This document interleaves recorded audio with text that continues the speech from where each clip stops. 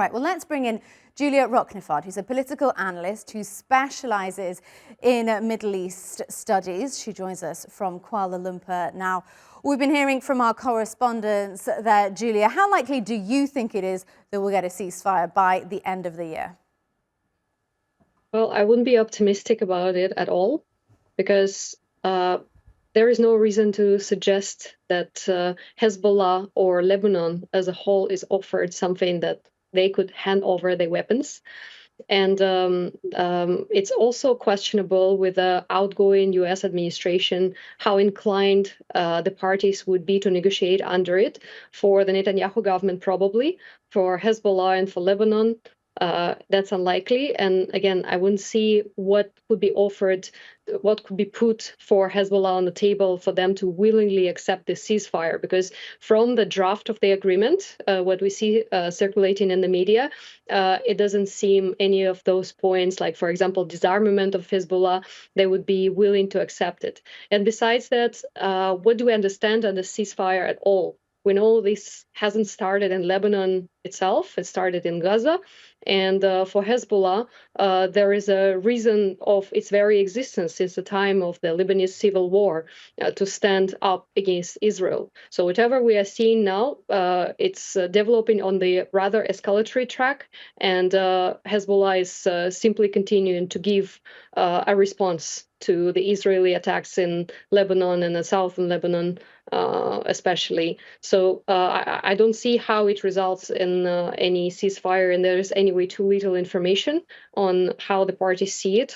Just now, your colleague reported that in Lebanon it's not really taken seriously, and I think that Israeli side is not taking this possibility of ceasefire seriously. What about this issue of Israel wanting to be able to intervene if they felt it was necessary militarily in Lebanon, and are asking for perhaps some kind of American addendum, a letter from America, effectively separate from the agreement, but allowing them effectively to do that? Does that feel like a workable compromise for you? For Israel to intervene in Lebanon, I think it would be a gross violation of a range of international norms, of the norms of international law.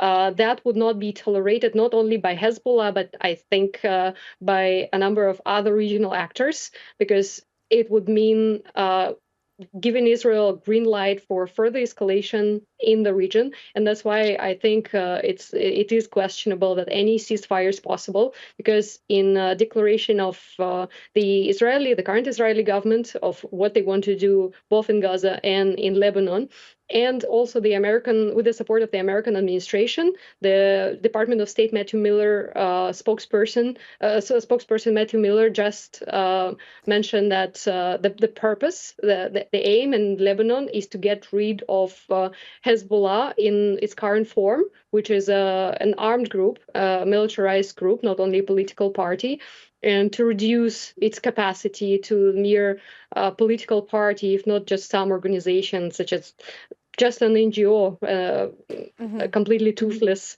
something which would not represent Hezbollah as we used to know it. So I don't see how that would aid a ceasefire. That would rather escalate things further, and other actors, Iran especially, would not be standing by and just watching it. Yeah, I wanted to ask you briefly, because we're running out of time, about Hezbollah's main backer, of course, Iran. How involved do you actually think they are in these ceasefire discussions, and what might they be pushing for behind the scenes?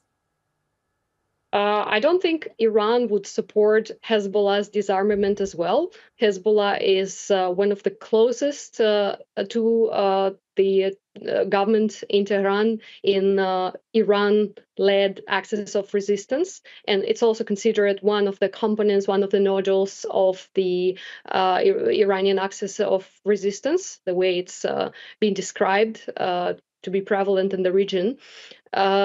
So far, Iranian authorities, some of its representatives are saying that we wouldn't mind a ceasefire, but there are certain red lines.